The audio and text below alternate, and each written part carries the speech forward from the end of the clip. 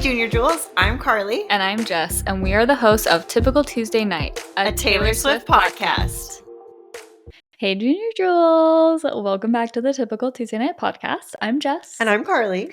And we are excited today to be continuing on with part 3 of our Midnight's Music Deep Dive, which, I love these. As we said in the previous episodes, was supposed to only be 2 parts. Don't know what we were thinking. Yeah, I do not either. Definitely deserve 3 parts. Yes. So, in the last 2 parts, we discussed all the songs on the album that kind of talk more about like romantic relationships. Yeah. And there's like multiple muses in that album. So we kind of went through them all. Yeah.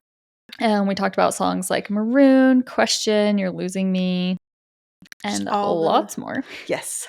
There is a lot. Yes. And so, yeah, if you missed that, definitely go check it out. Yes.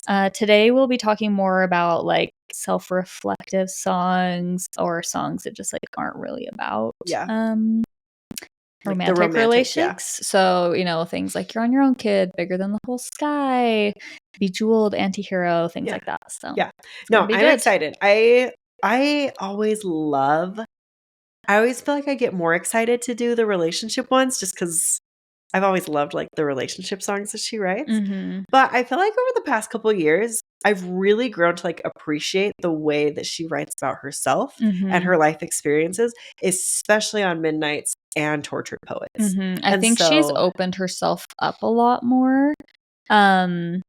You know, like when you think back to like 1989, Blank Space, obviously like on the surface is about like romance. Yeah. But really the song isn't. It's satire and it's kind of like poking fun.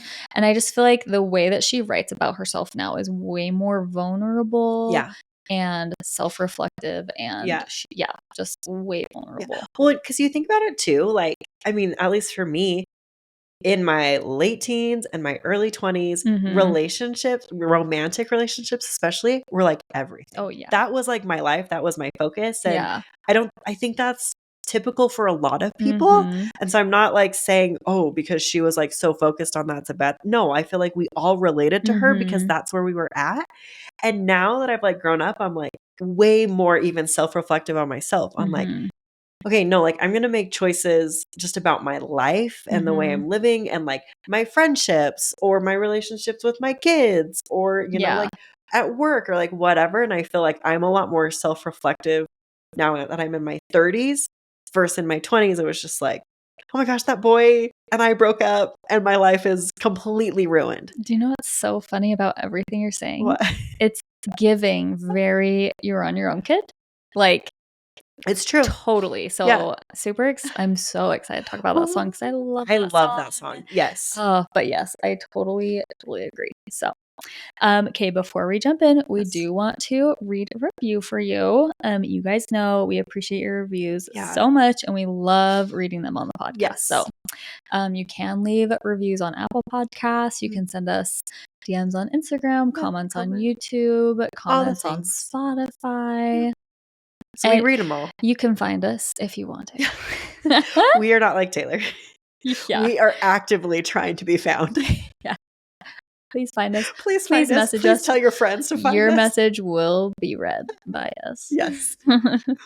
Okay, so this person said, I love this so much. You can easily rely on Carly and Jess for trustworthy info. They are so informative, but at the same time fun and casual. It feels like you are talking with your real Swiftie friends. Our favorite. Yes. You two are so amazing how you just bounce off each other's comments. I can count on you to make me extra happy every Tuesday. Aww. You are awesome. So sweet. It makes me so happy. I love when people are like, thanks for making my Tuesday like extra happy for like a couple reasons. One, like, I mean, I have those podcasts that I'm like, okay, like every Wednesday or like every Thursday, like that is the thing that I'm listening to. Yeah. And the fact that other people have that about our podcast is so fun because I know what that means for me when I get excited about other people's. Yeah. And so then knowing that other people feel that way about ours, it's just like, it's fun. It is so fun. And we've said this before, but like podcasting is kind of weird in a sense of like, it feels a little one-sided. Yeah. Like, we're just talking and then we're putting it out in the world, and that's that. Yeah. I do feel like ever since we added Patreon, it's like helped us connect with listeners a lot more and kind of build that community side of it, like, which was always important to us from the start. 100%. So that's been fun. But yeah, just hearing from you guys in any way helps it feel a little less one-sided. I know. No, totally. We love connecting with you guys. Yes. So, okay. So let's jump in because as we have learned, there's no time for chit chat. No, we think there is. We need to jump right in. And, as we always say, I don't think this one will be as long as the previous two. I feel like when we say it, it goes on forever. Yeah. Just kidding. It's fine. I don't think this one will be. It's going to be good. So we're going to just jump right in. Okay. So the first one we're going to talk about is Antihero. And I feel like this song, the music video that goes along with it, is such a good demonstration of like the lyrics and like her meaning behind the song. Like she did, it's not as like Easter eggy necessarily as like Bejeweled or Karma. It's literally just like, this is what this song is about. Let me like show it to you. Yes, for sure. So she says an anti-hero is a narrative protagonist who is defined by their own self-interest. The anti-hero often feels rejected by society and veers down a self-destructive path that results in isolation or death.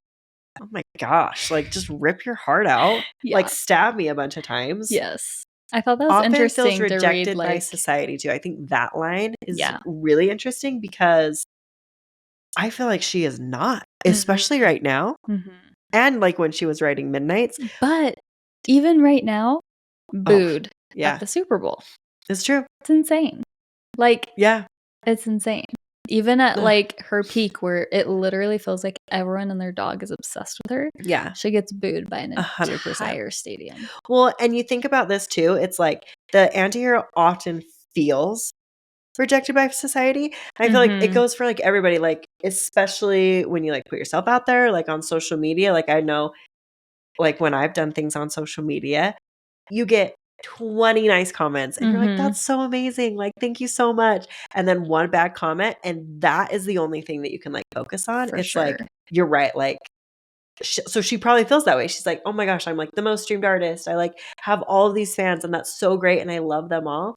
But like, this whole group of people is mad that I go support my boyfriend at a sporting event. Like how could you not feel rejected by society in that moment? Well, and I think one thing too is like a lot of times things like this, it's like insecurities that we already have within ourselves. And when someone is like saying it to us or like manifesting it in a way, it just like kind of feels a little bit like, oh, like, yeah, like everyone is annoyed by me or, oh, like I should hate my nose or, oh, oh, like whatever it is. Whatever it is. It's like those comments just like emphasize your own insecurities that you already have. And that's why it leads down like a self-destructive path. And that's the thing that I was going to say is like, so that first part is so big, but like, and veers down a self-destructive path. That's so sad. It is sad. Yeah. Oh, so Antihero is like a very vulnerable song, which is not one that I always necessarily consider vulnerable because the music to me doesn't necessarily feel vulnerable. It's another hits different or I can do it with a broken heart. And then you're like, oh my gosh, wait, like literally, do I hear what she's singing about? Yes. Like, that's right. Yes. Didn't she say it's like one of her like to date at that point, like her most vulnerable song she'd written? Probably. I feel like I remember in the like promo for it. She had said I'm sure. But like it's a song that's all about like depression, intrusive thoughts, self-hatred, and like I mean, I love that this like kind of sums up Midnights, but like those fears that haunt you in the middle of the night. Yes, for sure. It also has themes of like guilt, appearance insecurities, age insecurities, eating disorder, paranoia, self-sabotage, lack of self-reflection, vices, nightmares, insomnia, scheming, which is really just insecurities, trust issues, fame-related anxiety, money-related anxiety, paranoia, imposter syndrome, unhealthy coping strategies, and catastrophizing. How do you say that? Oh, nope. I shouldn't have even tried. Should have just let Catastrophizing. Yeah, maybe. Sounds weird, but Cool. that's how you It is interesting though, because like when you put all of those next to each other, every single one of those is shown in that music video. Yes. She doesn't necessarily like talk about all of those in the lyrics. Yes. But I didn't realize how many were shown in the music video. Like I knew, I was like, oh yeah, like this one and this one. But when you like lay it all out like that, that is so many. And honestly, like 1 or 2 of those is a lot for somebody to like Deeply grapple feel. with and like figure out in their life. So then to think about all of those, that's hard. And like we're just me and you, we're just normal humans. Yeah. Normal, and we have our girl. everyday struggles and our everyday insecurities and all that it can be hard. Yeah. And it's like, imagine being as big as Taylor is and everyone else again is like yelling these things at you and like emphasizing all those thoughts you already have. It just, the noise is like so loud, which kind of reminds me of like the Miss Americana documentary. Yeah. But totally. Oh, absolutely. I mean, like we can look at some of these lyrics that go with it. Like I have this thing where I get older, but just never wiser. Like she's brought that up multiple times in like songs too. And then midnights become my afternoons. Like, I am actually curious how often she is up late at night because she can't sleep because she's worrying about all of these things. I bet like, I mean, she wrote like a whole album about 13 times that she was like up at night. Like you only do that if you're like having serious, things you're trying to figure out in the middle of the night. Yes. When my depression works the graveyard shift, all of the people I've ghosted stand there in the room. Just like, ooh. And then this part, I should not be left to my own devices. They come with prices and vices. I end up in crisis. I love the wording in this song. Like the way she describes things, but with these like rhyming schemes. They're chef's kiss. They're so good. So good. I wake up screaming from dreaming. One day I'll watch as you're leaving because you got tired of my scheming.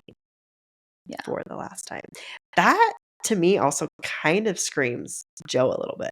Well, it's interesting. Oh, it's so interesting because it's like we talked about in Mastermind, which we're going to talk about Mastermind again. We felt like he liked her scheming, and now he could be tired of her scheming. Although, like, obviously this song and especially the video, and the things we read, it shows insecurities across all relationships. Yes. Past relationships, current relationships, future relationships. So that could easily be it could be like anything. Friends, family, romantic relationships, but it is interesting to think of it. I think it was because of that last line and connection with Mastermind. That's what I thought of. But then she just goes like literally she almost can't even be more clear. It's me, hi, I'm the problem, it's me. Yeah. She's like straight like you guys and she's not being like sarcastic like she has in like Blank Space. This is like not she's not poking satire. fun. She is serious. She's like, yeah, like I get it, you guys. Like you've said it enough times. I know I'm the problem. Like I get it. Like at tea time, everybody agrees. I'll stare directly at the sun, but never in the mirror. It must be exhausting. Always rooting for the anti-hero. And like then it's like almost on us. She's like, you guys, it's probably so hard. It's interesting too, like the at tea time everybody agrees, like to me that says to me that she thinks that like everyone's talking behind her back when she's not around. And then also I'll stare directly at the sun but never in the mirror is so interesting, like kind of saying like I don't know, like it's weird because she's singing about all these insecurities that she has. So to me that means that she is looking in the mirror and like seeing things that maybe she could work on or do better or whatever. But at the same time it's like maybe that's something that people say to her is that like you just think you're perfect and you just think I don't know, and there's nothing wrong with you, like look in the mirror, like you complain about this person and that person all the time, but like look in the mirror. Well, and I also think too, like I'll stare directly at the sun, but never in the mirror. Like maybe it's more too just like I'm hearing all of these things.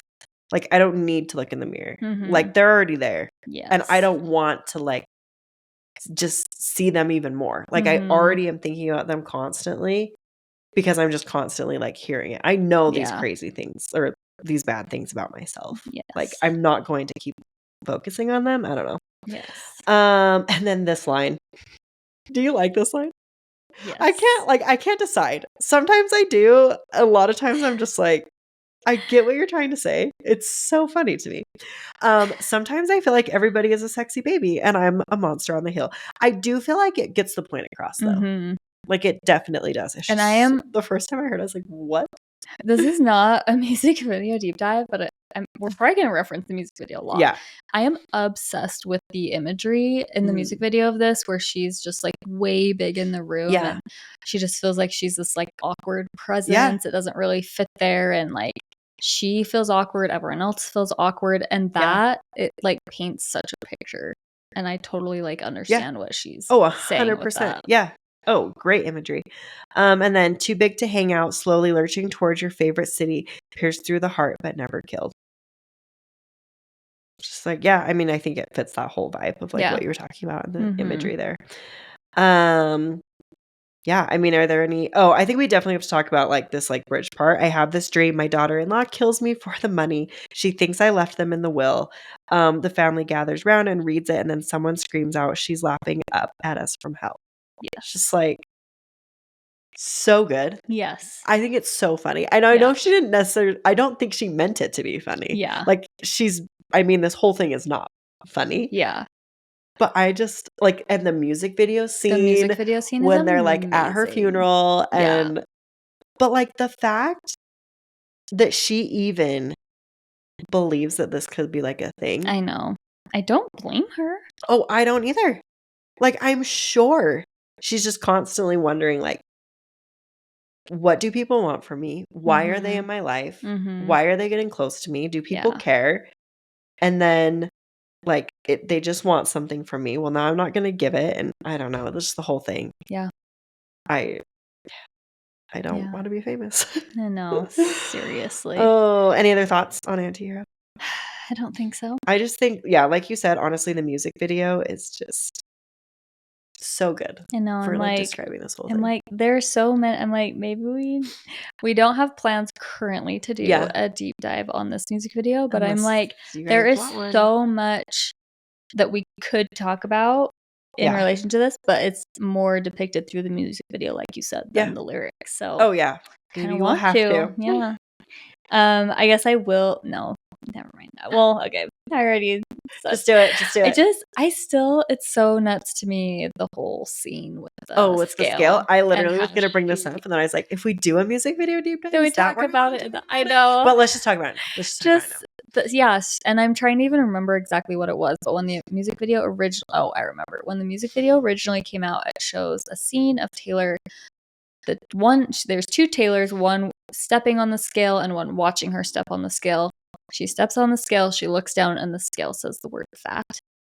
And she got a ton of hate for that, said that she was fat shaming, and I'm still very confused at how, I mean, she had already been very clear about having had an eating disorder, so I don't really understand why that happened.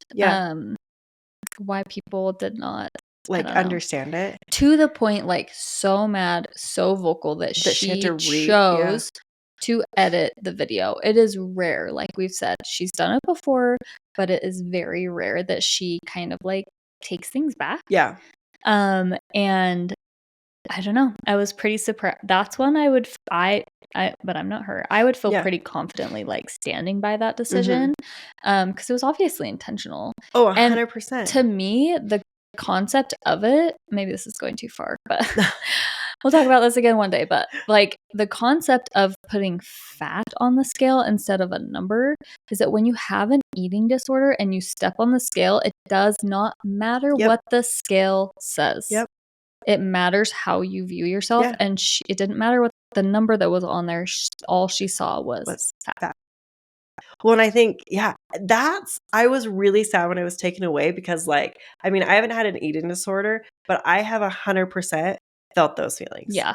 And, like, I mean, I'm a smaller girl, and I still felt that way. So when I saw that with Taylor, it was just like, not like a breath of fresh air, but like like that's such a good way to say it is like, yeah, like it doesn't matter like what size or like whatever. It's like sometimes when I've been in my life and I like look in the mirror, I'm like, I'm fat. Yeah. And it's just like, then I have to stop like, no, you're not. But like when you have those similar thoughts. And so I loved that she put that in there. Yes. Because I think it does relate to a lot of people that have been in that situation. Yeah.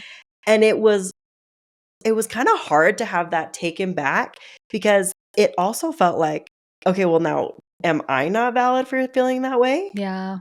You know, and like I understand why I don't understand why she had to do it. She did it and she like whatever, but it's just like I don't know. I feel like these are like sometimes Patreon thoughts, but well, like because why you loved it and you connected to it, you're like, but wait, why take it back? Yeah. I don't know. Well, and then so it's just like, so do we just always cater to one side?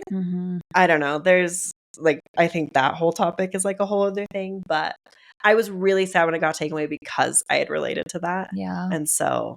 Dang it. I know. I was bummed too because I mean, I too am a smaller person. And I mean, yeah, maybe these are Patreon thoughts.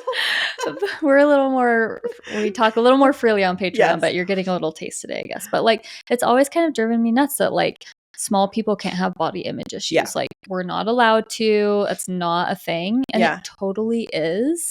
And yeah, like you said, it was probably like nice to see someone else, especially someone that's like super big and famous and has like a big voice, like say like this issue exists. I relate to it.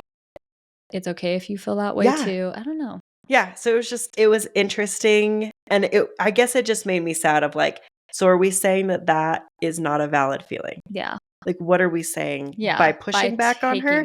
Because I don't think she was fat shaming anybody. No. Like, that is not what she was doing. No.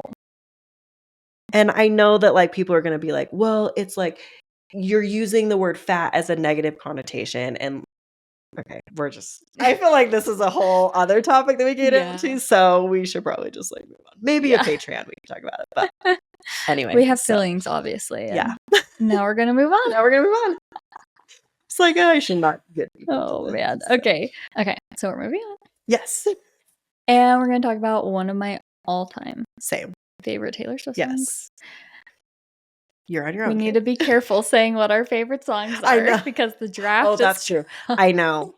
I mean, obviously. We both know. Obviously, this is a favorite. Yes. I have loved this song since the album came out. I just am obsessed with like coming into your own type songs, and this is totally that song.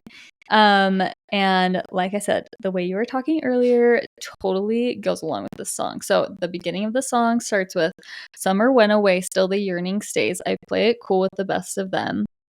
I wait patiently, he's gonna notice me. It's okay, we're the best of friends anyway." So she's totally in those younger years where she pretty much all she cares about is like this boy, and that, you know, he's gonna notice her and all that. Like so much like You Belong With Me vibes. I just love it. Yes. I hear it in your voice. You're smoking with your boys. I touch my phone as if it's your face.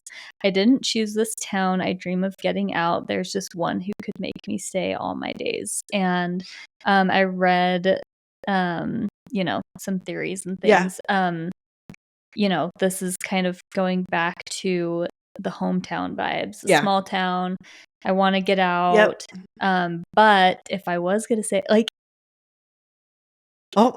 is this Midnight Rain guy? No, I think it is. Yes. Oh my gosh. Which also makes me think more that Midnight Rain is really about. Yeah. Like after I like had that premonition about Midnight Rain, and then I was still listening to Midnights, and this came on, I was like, oh. Yeah. Like, I think that's what she's talking about. Yeah. Dang. So then she says, from sprinkler splashes to fireplace ashes, I waited ages to see you there.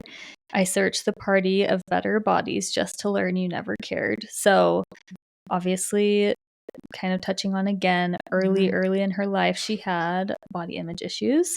And also just, like realizing she has more at stake with this boy than this boy cares about her.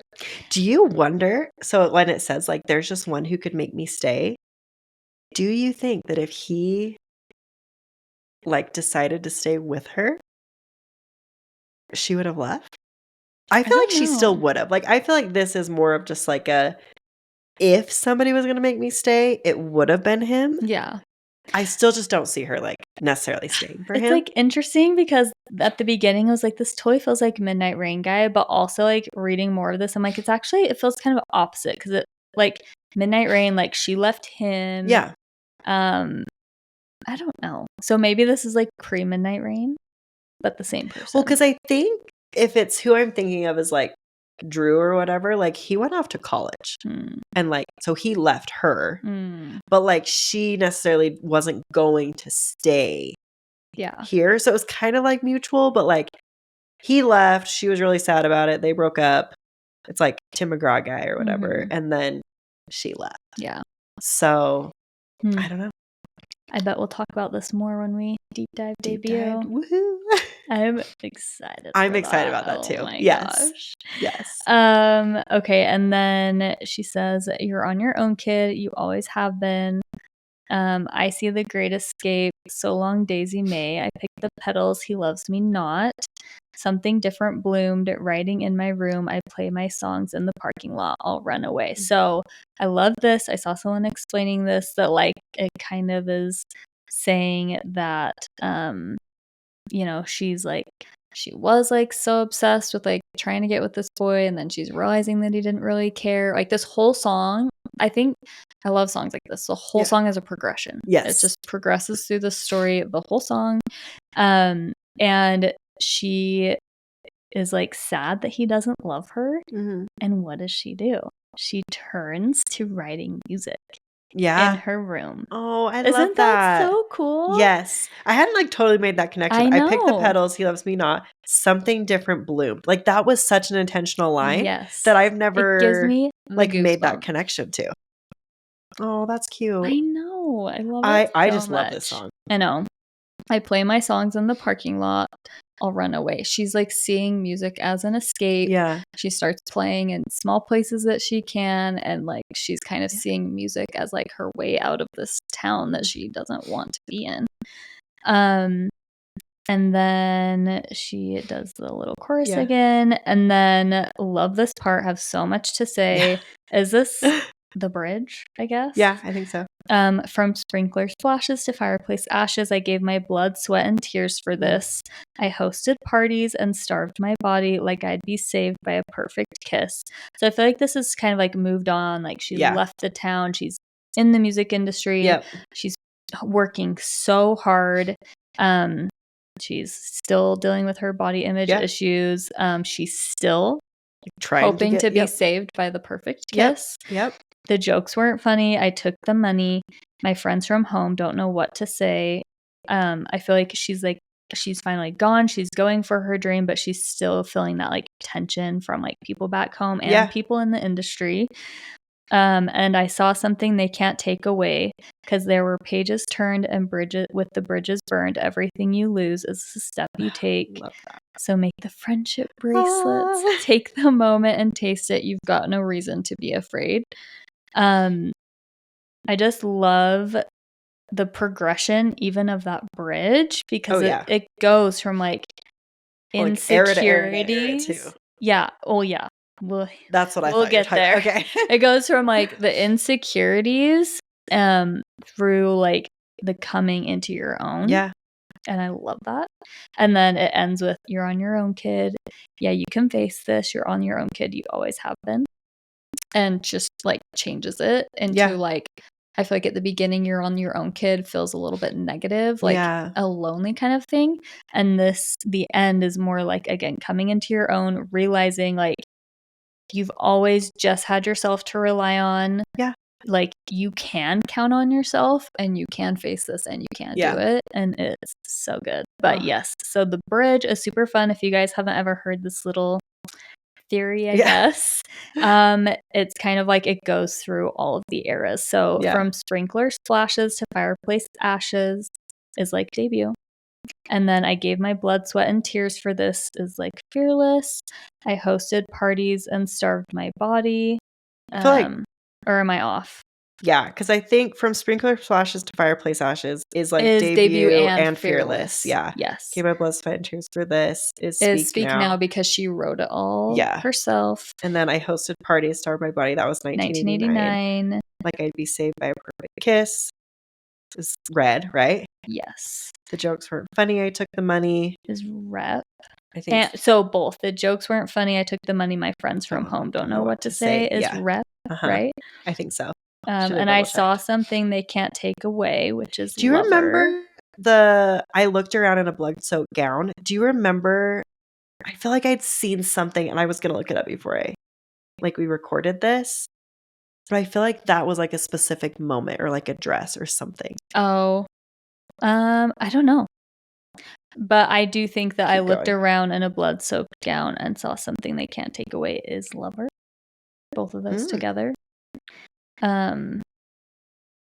Because I interpret it as I looked around in a blood-soaked gown as like all the issues that she was struggling with, like with Kanye and Kim, but she saw Something They Couldn't Take Away, which was her and Joe, which is like Lover album. Okay.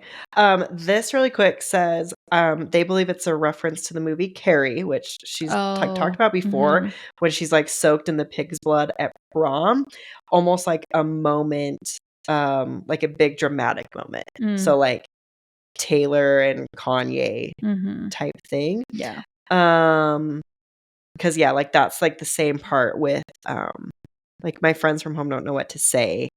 Like I looked around, but like this is where everybody basically left me. Yeah, like I was on my own. Yes. Yeah. Anyway, I swore there was like another reference, so maybe not. Oh well.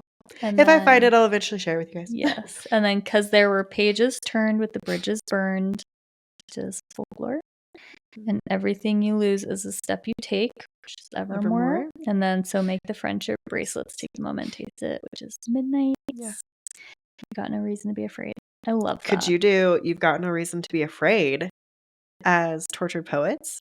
Who's Afraid of Little Old Me? Ooh, yes. I'd like never made that connection. I know. I clearly like thought of this before. Yeah, but it's just all of funny. this came out before Tortured Poets, but I could see that. Yeah, it's so fun. Make it. I love that song. I just everything you said with that was spot on. It's just the best. Okay, well, we are going to take a quick ad break to talk about one of our podcast sponsors and one of our favorite brands. We love them. So Phase It is a female-owned emerging small business that sells the viral like glitter freckles that you guys have, maybe seen somebody named Taylor Swift. She wore them to like a Chiefs game or something? I think so. Yeah, something like that. What? And also, if you missed it, we actually had the chance to interview one of the co-founders on the podcast a few weeks ago, and it was so much fun. We got to hear their whole story from like starting their business to Taylor Swift wearing the freckles to everything, all the aftermath. It was after really cool. that. Yeah, it was such a fun interview. So like, definitely check that out if you haven't. And they had some really fun things just come out recently. They've collabed with Elf. So cool. Yes. They have like their little spirit stripes that they're doing with Elf. So cute. You can get some of their just more like basic freckles in Target now. You can also get them at like Urban Outfitters, CVS, and a few other places in person. And then they also came out with that like décolletage. Oh yeah. Product that's like the like almost like glittery for your like collarbone. Oh, it's so beautiful. I want to try those so bad. We are going to Kelsey Ballerini this week. What? But I'm so excited. And I'm like considering getting that fun to wear. Oh, should I wear like the glitter freckles? Yeah, duh. Why didn't I not think about that? Okay, I'm totally doing that. Totally doing that. Yeah. It would be so fun to wear to her concert. Yes. We are, you guys, we're so stoked for that concert. I'm so ready. Like literally the playlist has just been on repeat. I know. It's so good. Sorry, Tay. I know. I have been taking a smidge of a Taylor break. Yeah. So don't forget, you can shop. It's at phaseitbeauty.com and you can use code TTN15 for 15% off your order. Yeah. Okay. So next, we're going to talk about the song Vigilante Shit, which is such a fun song. Yes. And I will never forget watching that first Eras Tour performance. I loved it. She seemed incredible. So empowered. I know. Which is so funny because, like I was just saying, we saw the very first one ever. And we obviously saw how much more confident she got as the tour went on. But even on that first day, like where she wasn't maybe at her most confident, like she rocked it. 100%. I was like, yes, dang, slayed. Taylor. Yes. Well, and I love that was the kind of choreography they did for a song like this that is like fantasizing about revenge. Mm-hmm. It like, I mean, the choreography, Mandy Moore, you did an incredible job, like putting it to the music and like the vibe, but then to be able to like perform such like a, I don't know, like empowering thing in regards to like some man that screwed you over. Yes. I loved it. It was so I love it. Good. Obsessed. So yeah, it's a song fantasizing about revenge and specifically, you know, probably Scooter Braun. Yeah. So it starts out by saying, draw the cat eye sharp enough to kill a man. You did some bad things, but I'm the worst of them. Sometimes I wonder which one will be your last lie. So just like setting the scene. I love this song. Always though reminds me of, this was the song I used to like show off my Eras Tour outfit. You know how everyone's like making their TikToks? I did the part that's like, I don't dress for women. I don't dress for men. Lately I've been dressed for revenge. And then like my outfit like turns on. Yeah. So like every time I hear that song, I can see myself in my hotel room. Yes. Like putting on my outfit. And it was just, I have special memories of this song in that with as well. So Eras Tour nostalgia. So fun. And then she says, I don't start it, but I can tell you how it ends. Don't get sad, get even, which I love. Yes. And I feel like this song is just a lot of like, it's pretty like straightforward. It's just like, yeah. Get him. Yeah.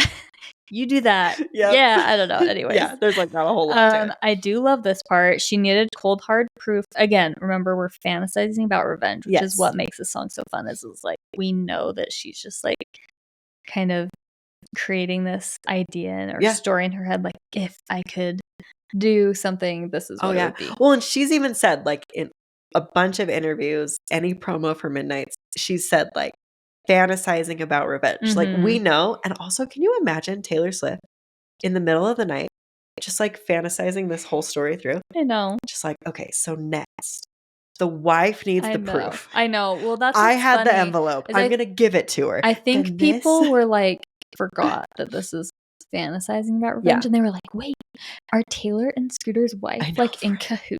You know, so funny. So she said, she needed cold hard proof, so I gave her some. She had the envelope. Where do you think she got it from? So insinuating that she's helping the wife get proof. Now she gets the house, gets the kids, gets the pride. Picture me thick as thieves with your ex-wife. And she looks so pretty driving in your Benz. Lately, she's been dressing for revenge. I love that whole part. That's probably like my favorite part of the whole song. Because that's totally how it would be, right? If you were fantasizing about revenge. Women banding together against the bad guy. Yes. And then she's like, and look at how your wife looks now. Yes. Like, oh, I just like driving in your Benz. Yeah. It also just like gives karma vibes. Yes. Like, you know, the good is going to end up on top. Yep. You know? 100%. And then I also she goes on and keeps doing the chorus and stuff. But then she says, while he was doing lines and crossing all of mine, which I love. Yeah. The imagery. So good. Paints. Yes. Someone told his white collar crimes to the FBI. And I'm pretty sure I brought this up on the podcast before, but I just was obsessed with when the song first came out. The FBI tweeted about it. Oh, that's right. I forgot about that. And it was so epic. I'm just so like, good. This is like, I'm sorry. If you can get the FBI to tweet about, like, it your was peak. Amazing. So you good. just like would think they're just like they don't care. They're like no. paying attention. Yes. I think it just shows like how big of an impact like her stuff yes has. it like transcends. Yes. Yeah. So anyways, do you have anything else to say about this song? No. Yeah. I think it's like it's like pretty simple and I like it for that. Yeah. So it's so fun. Okay, so next is Bejeweled, and we did talk about this in relation to like a relationship, but we also wanted to talk about it just in the relation to like what Taylor was saying about herself too. So we wanted to talk about it today in like a different aspect. So Bejeweled also has a music video, which we may also deep dive and Easter egg. If you're interested in that, you'll have to let us know. But this is like her saying like, I'm ready to come back and to like be in the spotlight and shine. Like we can see that she loves to do that. Yeah. And I love that for her. And I love that this song is her being like, no, like I want to shine. Like I missed that. Yeah. I miss going out with friends. I miss like being in the spotlight and performing and doing all of these things. And like she was just like reclaiming her true self. Yes. And like she knows what she deserved and she was like, I'm gonna get it. Yeah. Like I I'm love gonna get that. it. But yeah, so we kind of talked about, but like I'll do this part. Like best believe I'm still bejeweled. When I walk in the room, I can still make the whole place shimmer.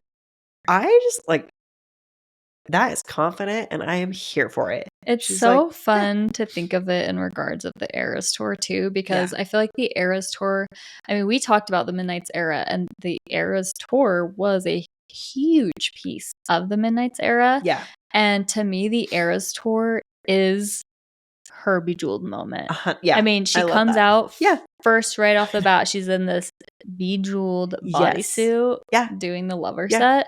And I just love that. Oh, I do too. Yeah. And then like diamonds in my eyes, I polished up real nice. Like she's just saying like nice. I love nice. Yeah, like I'm here. And then did all the extra credit then got graded on a curb.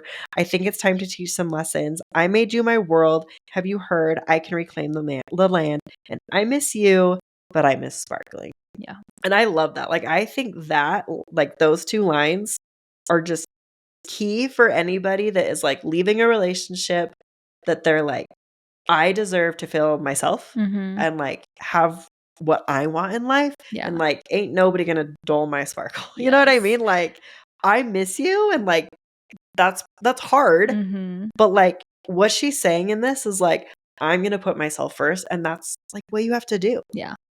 And so like I love that. And I can't remember, I'm sure we talked about this before, but I'm gonna bring it up again because I can't remember. But I want to know what you think about the part where she says they ask, "Do you have a man?" I can still say I don't remember. Like, do you think that she is referencing like maybe her and Joe being on a break? Do you think that she's like post Joe, almost Maddie? Like she's like post Joe, but still like kind of like I don't know, not over Joe yet. Yeah. I don't know. I think and I think we kind of talked about it in two parts last time because I always thought originally, and I'm still like not sure, that this song was about Calvin. Oh yeah. So like that's because this is before I thought her and Joe were in a bad place, right? Yeah. You know? So like initially I always thought it was like she went to hang out with the Haim sisters and they were like, do you have a man? Like we have not seen him in forever. Yeah. And she's like, I don't remember. Know. Like I haven't seen him in 4 months, you know? But I also do think that you can view it as Joe where, you know, maybe she is saying like, somebody's like, do you have a man? You know? And she's like, I don't remember either as in like we broke up or we're back and forth or he's like, a little man. Yeah. Yes. Sorry. Yes. Anyways, I just think that's always interesting to talk about. I think it's so interesting. So let's see. I think just this last part we're going to talk about. The sapphire tears on my face, sadness became my whole sky. I mean, you can tell that like where she was in her life, and I'm going to say it because of her relationship. Like sadness was how she felt. Like, she was down. And we loved this line, but some guy said my aura's moonstone just because he was high. And then she goes on, we're dancing all night and you can try to change my mind, but you might have to wait in line. What's a girl gonna do? A diamond's gotta shine. And I love that. I know. It's just so much, like you said, putting herself first. Yes. Just like, go. Yes. Like, because your partner should let you shine however that looks. Like for Taylor, she wants to go out, she wants to do things, and she wants to be in the spotlight. I also don't think that means that's everybody shining. Yeah. Like sometimes people, like everybody shines in different ways, and that's what I love about this song too, is it's like, what's a girl gonna do? A diamond's gonna shine. Like that's what you have to remember is like, everybody deserves to shine however they want. Yes, love that. So I'm all for it. So good. Yes. Okay, next we're gonna talk about Karma. Karma's the guy on the Chiefs. Yeah. Okay, so you better have changed those lyrics. I'm just kidding. Karma also has a music video, which we will be talking about in the future. But this is about Scooter Braun. And it's kind of like Bejeweled in a sense of like realizing and claiming what she deserves. And she knows she's a good person and karma is on her side. Yes, she is. So yes, it is. Yes. So some standout lyrics are you're talking shit for the hell of it, addicted to betrayal, but you're relevant. Which is, I don't know. It totally fits with Scooter, but also fits with Kanye. Yeah. Like Kanye's always bringing up Taylor Swift to be relevant. Yes. Hit him the Grammys of this year. Like he's always got to do something to try to stir up trouble just to be that's his relevant. only way to be relevant now. Yeah. But yeah, with Scooter, and I don't know, like, is this Scooter and Scott or mostly Scooter? What do you think? I can't remember. I could see it being both. Because they both have the SB initials. Yeah. So it could be both. Because, like, addicted to betrayal, but you're relevant. It's like, I don't know if Scooter betrayed Taylor because they didn't really have, like, a relationship to, like, betray. But I also don't feel like Scott Borchetta was trying to be, like, relevant. So I don't know. It almost feels like a mix. Yeah.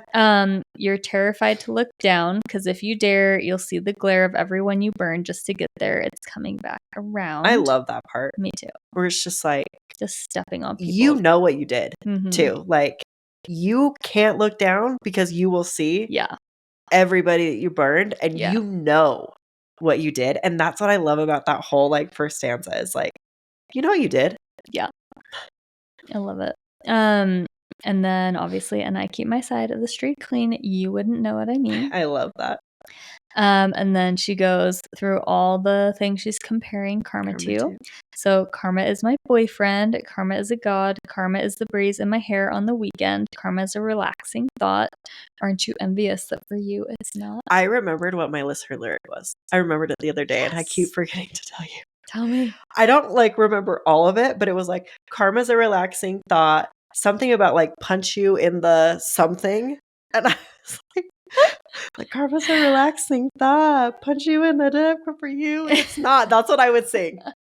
Punch you in the, and then I didn't know. Punch you. But I was like, I mean, she's mad at, you know, she's fantasizing about she revenge. Wants to punch him. That's so I was like, funny. how does that fit? But I remember the other day, I was like, oh my gosh, I used to say punching. How did I get that from Aren't You Envious? That's so funny. But anyway. Sweet like honey, karma is a cat purring in my lap because it loves me. Flexing like a gosh dang acrobat. Me and Karma vibe like that. And I love it because she's so descriptive of like how she feels like karma feels in her life. Yeah. Guarantee that the person on the other side of the song like could not genuinely describe their own karma in like the same way. You know? For sure. Well, I mean that whole, like we said, that whole first like stanza clearly shows that there's no way their karma looks like this. Yes. Like at all. Then we have Spider Boy, King of Thieves, which is so... It's Scooter. 100%. Yep. Scooter Braun, Spider Boy, King of Thieves. Weave your little webs of opacity. My pennies made your crown. And I love that. That is the biggest Oh, it's mic drop. Oh, Oh my 100%. gosh. Oh, yes. She's just like, yeah, well, look, my pennies Yeah. made your crown. Yeah. Oh, I love it. I love it. It's so good. Trick me once, trick me twice. Don't you know the cash ain't the only price? It's coming back around, which I feel like we have watched time and time again happen with Scooter Braun. It definitely came back around. Yes, it did. He paid because we talked about I don't remember what the episode was that we were doing, but we talked about how like the originals ended up like losing so much value once Scooter took over. Like it was a horrible purchase for him to make. Yep. It's just like tanked essentially. Yeah. So well, and I love that. Like she knows too that like to her cash isn't money is not everything. But like he almost felt like it was. But she's coming and being like, don't you know what you did? Like, that is not the only price. Yeah. Like, you're getting something coming to you because, like, you are so focused on money, which I think also goes back to my pennies made your crown. Like, he is so money focused that he forgets about consequences to your actions. Because if you're only focused on the money, you're going to miss a lot of like, well, if I do this, and this could happen, and is that worth it? You know, like weighing the risks. I don't know. And then we get to the bridge, and she says, "Ask me what I learned from all those years. Ask me what I earned from all those tears. Ask me why so many fade, but I'm still here." And I love that line. Yes, especially because so many times in her music, she has talked about how she's not supposed to be here still. Yes, like she knows that it's kind of shocking that she's been around and so relevant and doing well for so long. Yeah. But it's like, oh, you want to know why?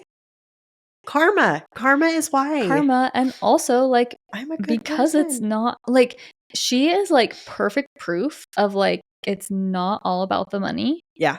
And if you focus on things like working hard, being a good person, the money will come. Yeah. But if all you focus on is the money, that other stuff is not going to come. Yep. Just so good. Because karma is the thunder rattling your ground. So this is Taylor kind of talking about like the person on the other side of the song and how karma is probably feels for them. Karma on your scent like a bounty hunter, like always looking over your shoulder. Karma's gonna track you down step by step from town to town, sweet like justice. Karma is a queen. Karma takes all my friends to the summit. Karma is the guy on the Chiefs. Yeah. Oops, sorry. I mean, Karma is the guy on the screen. Coming straight home to me. It's the better version. I'm sorry. It is. Love all of that. Yeah. And I love that she added that part in. Like, this is what karma is for me. And this is what karma is for you. Yes. So good. Because karma, like, there is good karma and bad karma. Yes, 100%. And she gets a lot of good karma. Yep. Well deserved. He gets a lot of bad karma. Well deserved. So good. So good. Okay, so let's talk about Mastermind next, which again, we also talked about Mastermind, I guess 2 weeks ago. But again, we wanted to talk about it in terms more of like Taylor and not like we thought it was like Taylor and Joe. So, I mean, once upon a time, the planets and the fates and all the stars aligned. You and I ended up in the same room at the same time. And then she just goes on to like, to assess the equation of you, checkmate, I couldn't lose. Like, I got my sights set on you. I'm coming for you. Honestly though, like this whole song being about like trying to mastermind getting somebody, I also just love the idea that it's also about like just masterminding in general in her life, like with her fans and giving Easter eggs and how much in this song she talks about loving that. Yes. Like she loves to do that and she gets excited about it. And I think she, like, I really do strongly believe that this is like a masterminding her and Joe song. But I love, honestly, looking at it from the place of like masterminding for the fans. And like, even at the end, I mean, like, I'm jumping ahead, but like, You knew that I'm a mastermind. Yeah, now you're mine. Yeah, all you did was smile because I'm a mastermind. Like, she's saying, like, you guys love that I do this. Mm-hmm. And, like, you know that I do this. And now, like, you're a Swiftie. Like, you're here with me. We've got this. Yes. And I just kind of love also looking at it from that way. Yes, for sure. So, but let's see. I also wanted to talk about the bridge, I guess. So, no one wanted to play with me as a little kid, so I've been scheming like a criminal ever since. Yeah. I mean, I should keep going. To make them love me and make it seem effortless. This is the first time I felt the need to confess. I think that is such an interesting thing to put in the song that is so self-reflective and so self-aware. Yes. I remember though, because I always loved that part. I'm like, what a good like way to just admit that. Yeah. Like, first off, that sucks that you feel like nobody wanted to play with you as a little kid. And that now you feel like you have to scheme to figure out how to make people like you. I want to brainwash you to love me. Yes. Yeah. But like, what a weird mental game for you. Yes. Like, that is exhausting. But so like, I've always loved that. The first time my husband heard it, he was like, what the crap? No one wanted to play with her as a little kid. And I'm like, keep listening to the whole thing. It like makes sense. But he like could not get over that line. And now every time I hear it, I just like hear him like laughing at it. And he loves Taylor, you guys. Like, he's not trying to like That's funny. but he's just like, what the heck? No one wanted to play with her as a little kid. I was just like, oh, so funny. But I just think it's like that stanza to me is such like you were talking earlier, so self-reflective. And I love those moments in this.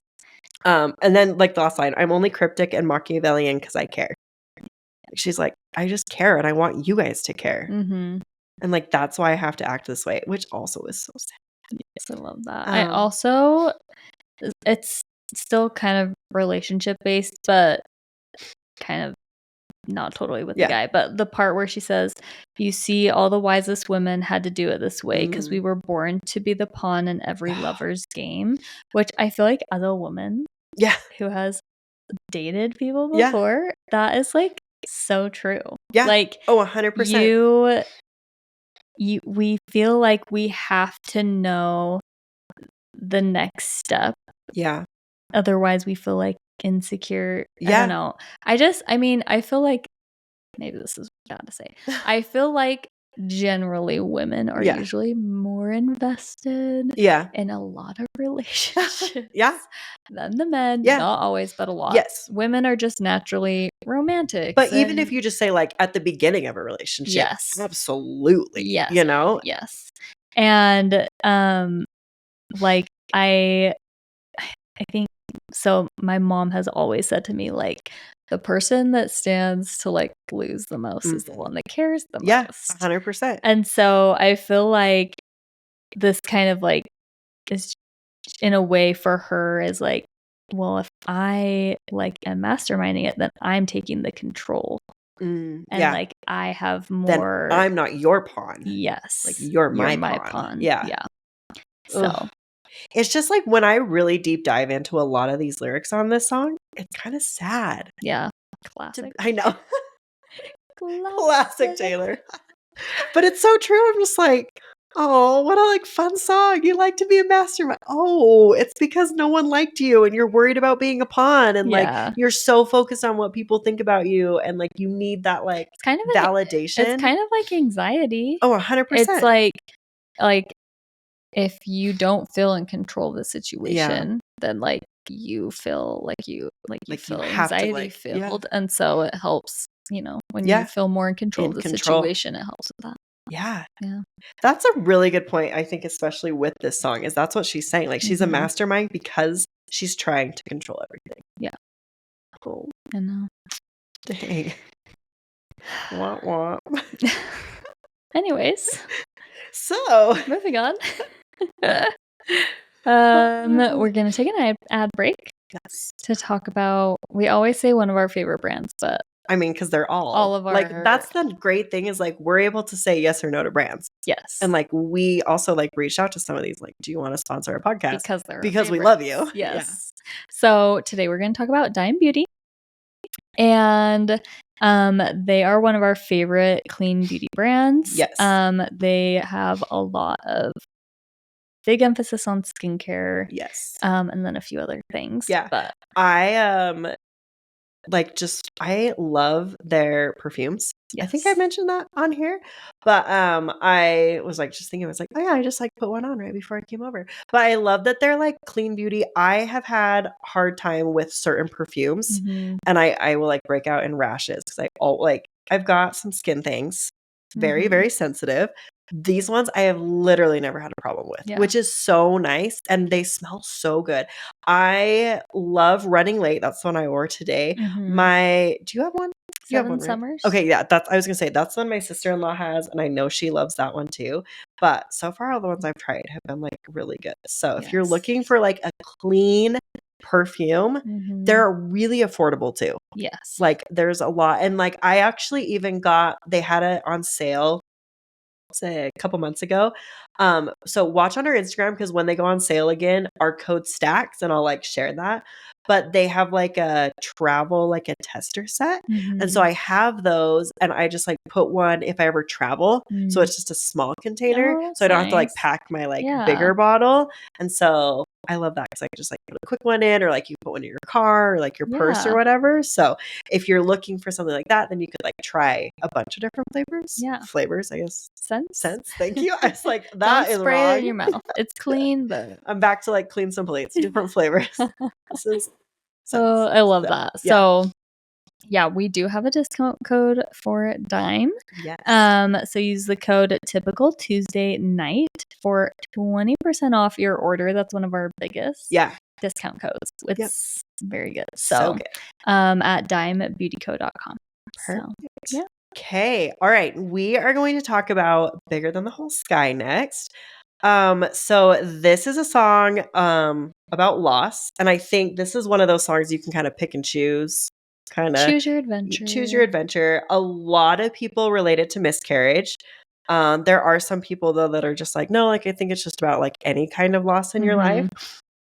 But there was a lot of speculation around this song. They're like, okay, did she have a miscarriage? Like, oh my gosh, she got pregnant. She had this miscarriage. A lot of people like started like speculating about her life, which I mean, we've talked about, we're all good with like speculating, stuff like that. But I think some things get like too personal where you're like, whoa, like, okay, that's just too heated. Like, it's one thing to say, like, could she have had a miscarriage? Yeah. Fine. Yeah. Say that. But to like argue on the internet, but no, she did have a miscarriage. Like, that's where it's like crossing. Yes, exactly. Well, and so then other people were like, there's no way that you could write something like that without having to experience it. And I know I've said this before, but I'm like, she freaking wrote Ronin. Yeah. Like that song, are you kidding me? Yeah. Like she can clearly write about experiences. So, I mean, I personally do feel like it just has major like miscarriage vibes to me. Yes. And I'm sure maybe, who knows, one of her friends sat down and talked to her about her experience and she wrote about it. Yeah. But it also could be about loss. Yeah. But there are just like so many like things. So we'll go over kind of like why I think it's about miscarriage. Do you feel like it's that? Or I you're do. like, okay. I was re-listening to it today and there were certain parts that I was like, it makes me really feel like miscarriage. Yes. But. Yeah. So she says like, no words appear before me in the aftermath. Salt streams out my eyes and into my ears. Every single thing I touch becomes sick with sadness because it's all over now, all out to sea. So I feel like she is just like describing grief. Such, absolute grief. Like literally everything I do is like making me sad. And she's saying, because it's all over now. Like it's done. And then she says, goodbye, goodbye, goodbye. You are bigger than the whole sky. You are more than just a short time. And I've got a lot to pine about. I've got a lot to live without. So I'm going to stop there before we go to the next part.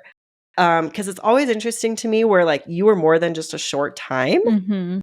I feel like if she was talking about like a relationship that was a short time, she wouldn't feel like this. No. Like you don't describe like a short-term relationship in like terms like this. Yeah. I don't know. That's like something that I'm always like, whatever. And then I've got a lot to pine about. I've got a lot to live without. I mean, she's just like, now I'm like living without this thing, but I'm also like just thinking about it and wanting it like over and over again. Yeah.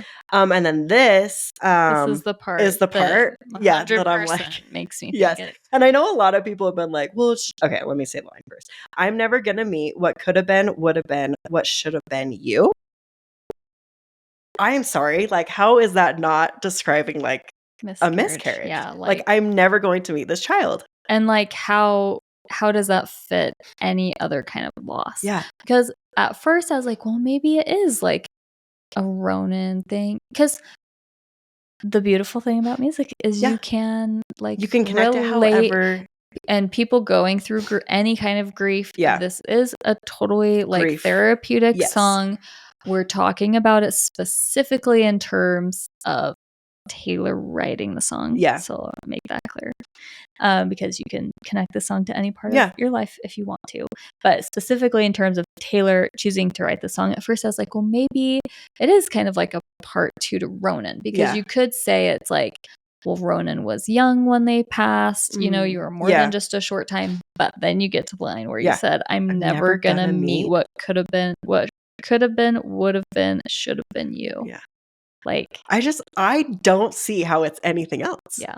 Like, I know I have seen people be like, well, it's just like that future relationship. Like, they're never going to meet that future together.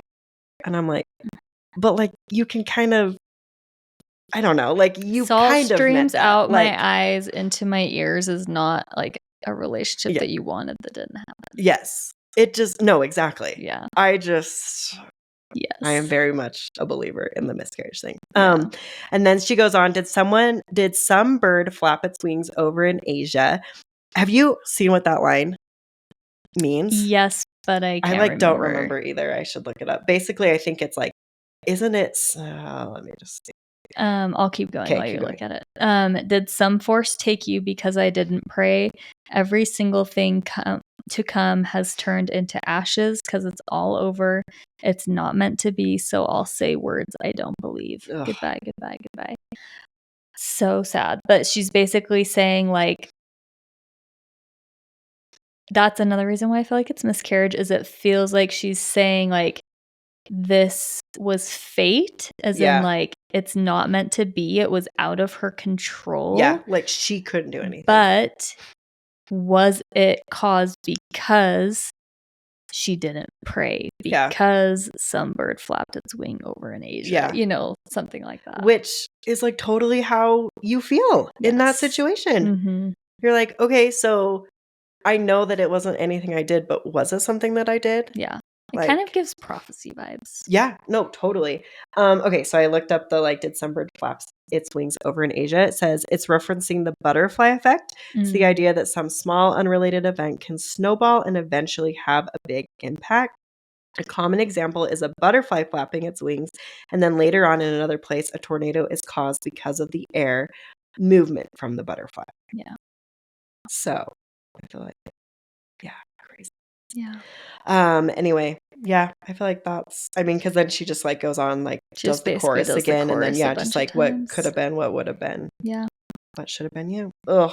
This one's really sad to me. I know. It's a rough one. But it's beautiful. Yeah. It really, like, so she beautiful. Did such an incredible job. Yeah. With this one. Yeah. And like, I think it goes to show like her strength in songwriting, because I've personally never experienced miscarriage, but it made me feel so much deeper like for people who like have, you can just like I can put myself a little bit more in their shoes and imagine a little bit what that might feel like. Yes. So okay, next we're gonna talk about Dear Reader. Oh my gosh. Yeah, I remember you being like, I have so many thoughts on Dear Reader. Well, that's the thing. I don't. Dear Reader, in my opinion, is a very much like, you either are obsessed with it or you do not listen to it. And I'm definitely more, I don't listen to it like hardly ever. So I did a lot of like outside research for this one. because I know it's a pretty deep song. Yeah. And I wanted to do it justice, but I felt like I personally didn't have like the knowledge or like have studied up on it as much personally. So lots of people have many wonderful there's things lots of notes to say. This is great. And I have so many notes and I really don't know like the best way to do it. I'm thinking I'll read through some of these notes first. Okay, I like that. And then we'll go through the lyrics and kind of like be like reference back to the notes. I think is probably the best way to do it. So let's see. I'm just mad because we were originally going to record this last time. Yes. Do you remember that I came in and was like, oh my gosh, I had this like thing about Dear Reader? Oh, shoot. I don't remember what it was. Oh, no. I think I told you. But I think so. And then you were like, oh, I wonder if it's something. I feel like it fit with Joe. So I'm sure as we're like going through, maybe it'll come to you. But okay. It's like that other episode taking us like took so 3.5 hours to record. Okay. So these things I'm going to read are things I found on Reddit. Love it. We love Reddit theories. Yes. So this person said, the song itself, Dear Reader. So I'm saying this again. These are theories. Yes. From fans. You're like, this is actual truth from Taylor Swift herself. Yes. Okay, I might end up referencing lyrics throughout because it might be necessary. Dear Reader is a narrator who is offering advice to the listener that sounds good on the surface but unravels once you start thinking about it. Bend when you can, snap when you have to. Essentially, she's advising is to isolate yourself, destroy your past, and run away from everything that scares you. And as the song goes on, she admits that this applies to herself as well. She puts on a good facade. I shine so bright, but is depressed and isolated and has driven away the people in her life. No one sees when you lose when you're playing solitaire. And then someone else said in Dear Reader, it sounds like she's offering all kinds of advice while also saying, but you shouldn't listen to someone like me. The imagery. Like that's the part that I always took away from the song. Is that's like a perfect little nutshell for Dear Reader. This person said the imagery of Taylor writing a new line of advice, then crumpling it up because it doesn't feel right, but then the bridge is just her spilling out the truth of what she feels deep inside. Yeah, I like that. I loved this, and a lot of people agreed with this. The song structure is Taylor responding to different people asking her advice, just like a newspaper columnist, and probably not that different than what a meet and greet can turn into for Taylor, given the things people have said they've told her. Whoa. Yeah, ultimately, in the climax, she tells people to look somewhere else for advice. I also think, too, if you look at the rest of Midnight's like album, a lot of it, especially what we talked about today, is her like not trusting necessarily herself. Yes. And so why would she feel like people should listen to her advice? I feel like Dear Reader is a really good way to like wrap up a lot of those thoughts and like anxiety thoughts, like self-reflective thoughts that she's had about herself. Yes, for sure. So yeah, basically it's like, Dear Reader, as in like, like when in newspapers, like Dear Abby, or whatever, and then the person that usually the format, the response is Dear Reader, and so it's like, Dear Reader, if it feels like a trap, you're already in one. That's like the advice she's giving. Dear Reader, get out your map, pick somewhere, and just run. That's the advice. Dear Reader. So like this is advice, like separate questions. I like that because I feel like I've always just thought it was like one whole thing. Yeah. But I actually really like when you think of it as just like, here's this one, here's this one, here's somebody else. And if you, again, it's supposed to kind of be like she's giving advice to others, but if you think of it in terms of Taylor at the beginning, Dear Reader, if it feels like it, like think of all of this in terms of like the Kanye Kim stuff. Yeah. Dear Reader, if it feels like a trap, you're already in one. Get out your map, pick somewhere, and just run. Burn all the files, desert all your past lives, and if you don't recognize yourself, that means you did it right. Like that feels so much like that 100%. Time of her life. And then the like Ben, this was so funny.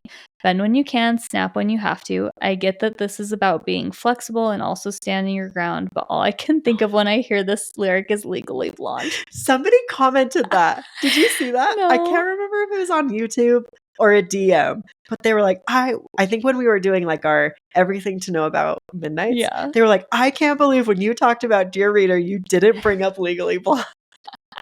That's so It's so funny. So I just had to shout out that one of you also messaged us. It was coming. Oh my gosh, it's so funny. So funny.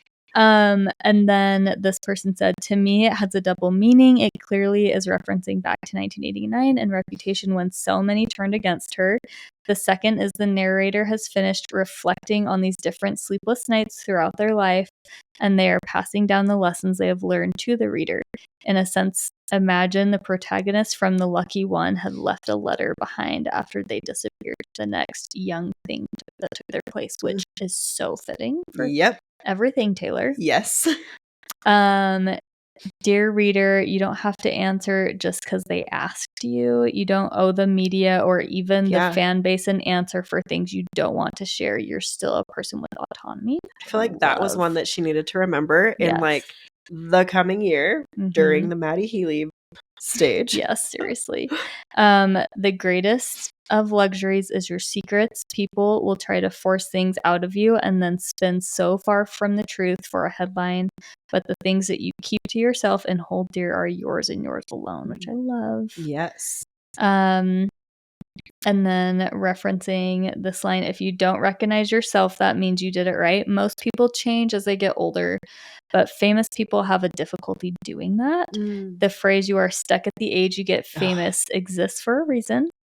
Due to fame and money, these people stop growing as individuals because they never are forced to reflect on their character or truly face the consequences of their actions. When you're famous, you have to continuously make the choice to grow as a person. When you're 31, you generally are not the same person you were at 19. Taylor talks about that in Miss Americana, and that she has a lot of growing to do. Yeah. And I think that also is a really good example of Midnights in general. Like we were talking about earlier, like in your 20s, you look at life one way. In your 30s, you can self-reflect back and be like, oh, actually. Yeah, for sure. I'm the problem. It's me. It's me. Hi. Hi. Oh my gosh. Someone said, you should find the lyric, you should find another guiding light, but I shine so bright. The narrator is acknowledging that they know the spotlight has been on them for a long time and that they do in fact like the attention to some degree. However, how they got there is not what they recommend. They're warning the reader, do not follow in my footsteps. The high isn't worth the pain, which I think is interesting. Yeah. And then the song is low energy, like something you would listen to when you arrive home from a party or a bar. It's the conclusion of a story. To me, it's her best closing because it embodies the whole album. It really does. Like when we looked at it that way, I was like, oh, whoa, like that relates to that song, that relates to that song, that relates to that song. Yeah. But I had never necessarily noticed that until looking at it more in depth. I think sometimes what I love about these deep dives too is it really forces me to like really read these lyrics and like actually think about what she's trying to say. Yes. And most of the time I'm like, oh, I actually really appreciate that song now. Yes. It totally helps for sure. Okay, we're going to jump into the lyric. We're going to go through the actual lyrics in order now. So, dear reader, if it feels like a trap, you're already in one. Dear reader, get out your map, pick somewhere and just run. Dear reader, burn all the files, desert all your past lives. And if you don't recognize yourself, that means you did it right. I think, I don't remember, but I think I probably was like, because I had just written the outline for like Joe Alwyn deep dive when I was listening to this. And I almost wonder if that was like what was in my head. Like, if it feels like a trap, you're already in one. I think she felt trapped. Like, girl, just get out your map, pick somewhere, just leave. Yeah. Just like get out, just run. Florida. Burn all for real still. Like, burn all the files, desert all your past lives. Like, if you don't recognize who you were the last 6 years, then you did it right. Oh, interesting. I don't know. Yeah, I love that. I was just like, how was I in this mindset that the song fit with her and Joe? Yeah. I don't know. I can make anything fit about anything. Yes. I feel like all of us Swifties are like, seriously, you tell me who this song is about, I will make it work. Yeah. I always, since the beginning of Midnight's coming out. I've always interpreted if it feels like a trap, you're already in one, to like the Scott Borchetta. Oh yeah. And then never take advice from someone who's falling apart. So that's where they were talking about before. Like, it's so interesting because she's sitting here giving advice. And then she essentially says like, but don't take advice from me because I really don't know what I'm doing and I'm kind of a disaster. Falling apart. Yeah. Yeah. Well, and now we know like she was really falling apart. Yeah. Seriously. And I think it's interesting too to think about Taylor Swift at this time because she had been with Joe all this time. And like originally her and Joe, when they started, they kind of ran away from like drama that she like they picked out, like got out the map, picked out somewhere, deserted all her past lives. And like 100%. While yes, she released multiple albums between like Reputation and this album, they were all kind of done in like the background, like not, I mean, Lover, she did like more promo for and stuff, but like I feel like the Eras tour really felt like Taylor Swift like coming back to the public and just like putting herself out there more. And I don't know, it's just like that was probably pretty scary for her. Oh, I'm sure. I don't know. I'm sure. Yeah. It's also interesting, like the never take advice from someone who's falling apart, because she knows that like a lot of us like relate to her music so much and look to her music for maybe advice or like to be therapeutic for whatever we're going through. And that's probably like a weird spot for her. Like I bet she feels a lot of imposter syndrome. Oh, I'm sure. Especially in times when she feels like she's falling apart. You know? And then, dear reader, bend when you can, snap when you have to, which I think is such an interesting line. Yes. Dear reader, you don't have to answer just because they asked you. Dear reader, what do you think of that? You don't have to answer just because they asked you. You should find another. I think so. It also says you should find another before this, like after she says never take advice from someone who's falling apart. So I feel like when she says you should find another, I feel like she's saying like, don't idolize me, like don't like again, don't like, take advice from me. Like I don't know what I'm doing. Find someone else to like have as like your person you look to. I was curious if like somebody had asked her like a relationship question or maybe asked, I don't know why I'm on this Joe thing. Because the more I think about it, I'm like, I don't think this is about Joe. But like, you don't have to answer. Like Joe never answered just because they asked you. Okay, well maybe you should find another girlfriend. Oh my gosh. That's so funny. That's a stretch. But I was just curious. Good. But I forgot that like earlier she says like you should find another. But it's just interesting that that's where that fit the second time. So that anyway, is so funny. Continue. The greatest of luxuries is your secrets. Which I again in like talking about Joe and her, I do think that like she liked the fact that like their relationship was theirs. It wasn't in the media ton. But I think especially after seeing her and Travis together, she has learned that like you can have both. Yes. Like you can have private things within your relationship, but not feel like you're hiding the fact that you're like in their relationship and still be like proud of it, you know? Yeah. And then, dear reader, when you aim at the devil, make sure you don't miss. Which, love that. Yeah. So I wander through these nights. I prefer hiding in plain sight. My fourth drink in my hand, these desperate prayers of a cursed man, spilling out to you for free. But darling, darling, please, you wouldn't take my word for it if you knew who was talking. Yeah. There's, I feel like, so many things in that. Like so many. Like I prefer hiding in plain sight. Yeah. That is so Taylor. Mm-hmm. Like she's like, I'm hiding, but like also like, hey, here I am. Mm-hmm. Like, do you see me? Yeah. Because I need the attention. Yeah. And I mean that in like, not in a bad way necessarily. But like think about again the Eras tour and the pain she was going through. Like post Joe, post Maddie.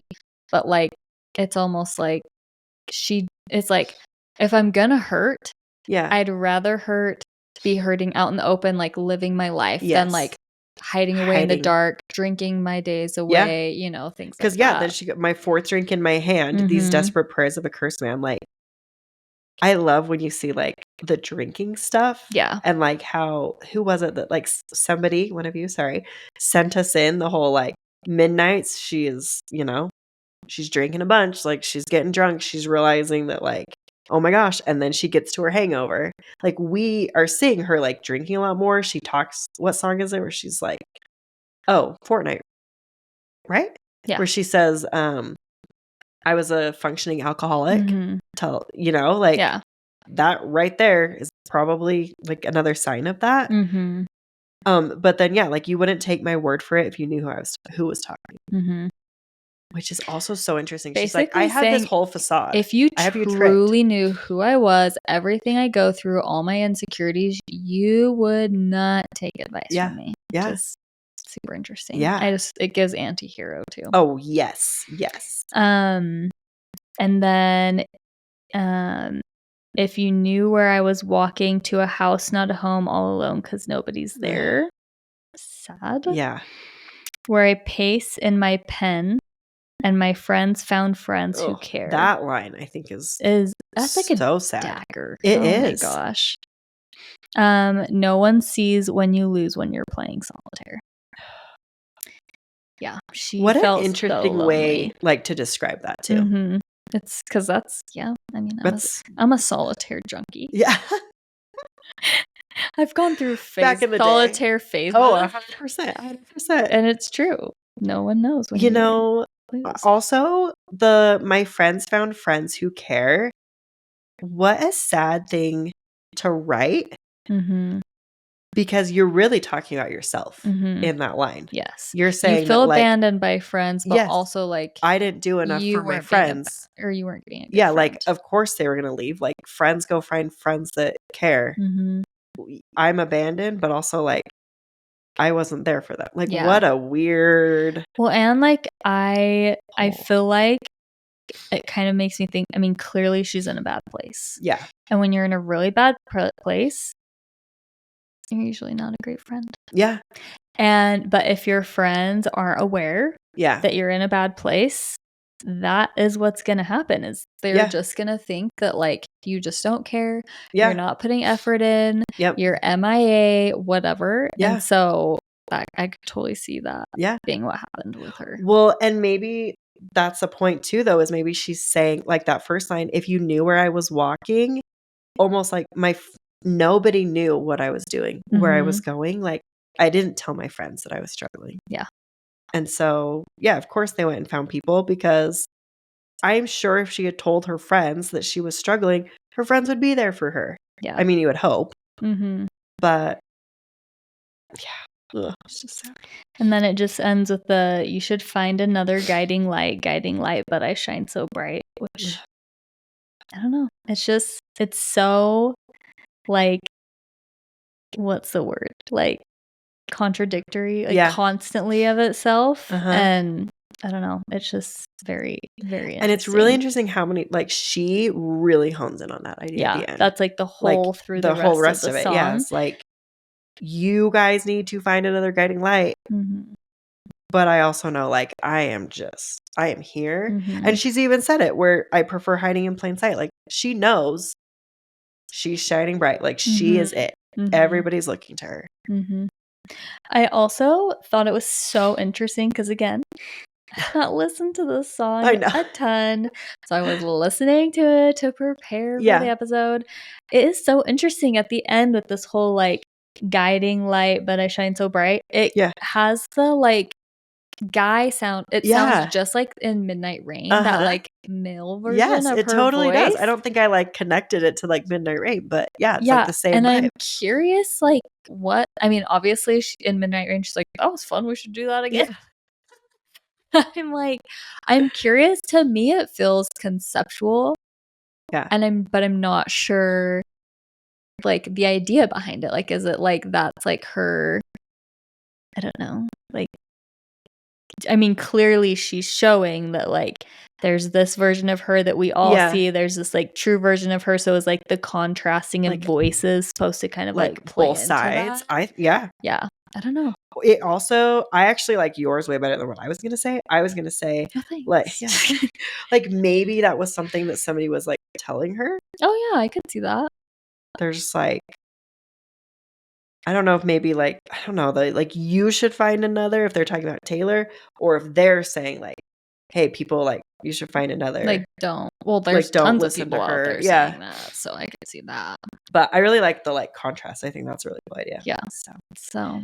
Oh, way to go us. We did a song that we don't listen to much and we crushed it. Yeah, thanks Reddit. Yeah. But for reals. For reals. If you guys ever want to deep dive any of Taylor's music, Reddit's is a amazing. Wonderful resource. Yeah. It's so fun. There. I'm a big Reddit fan. So yeah. But that's all of the songs on Midnights. We deep 3 parts. Dove. Yeah. All of we did them. it.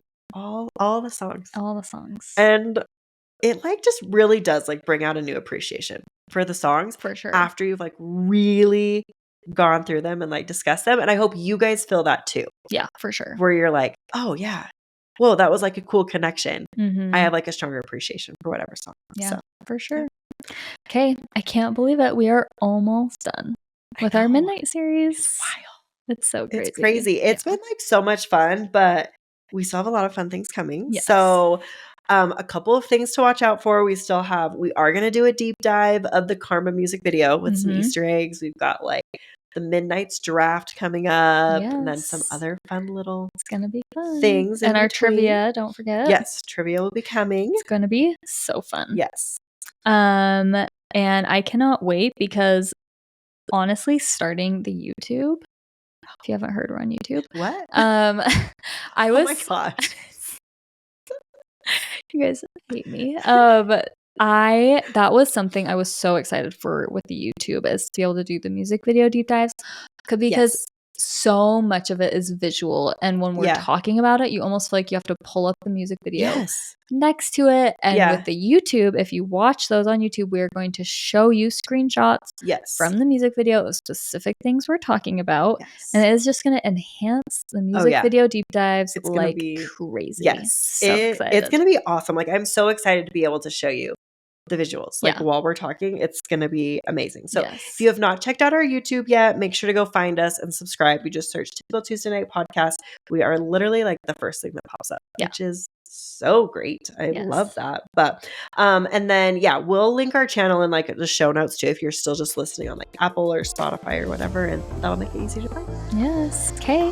Thank you so much for tuning in this week. Yes. We hope you guys are enjoying the Midnight series as much as we are. And goodbye. Bye guys. Bye.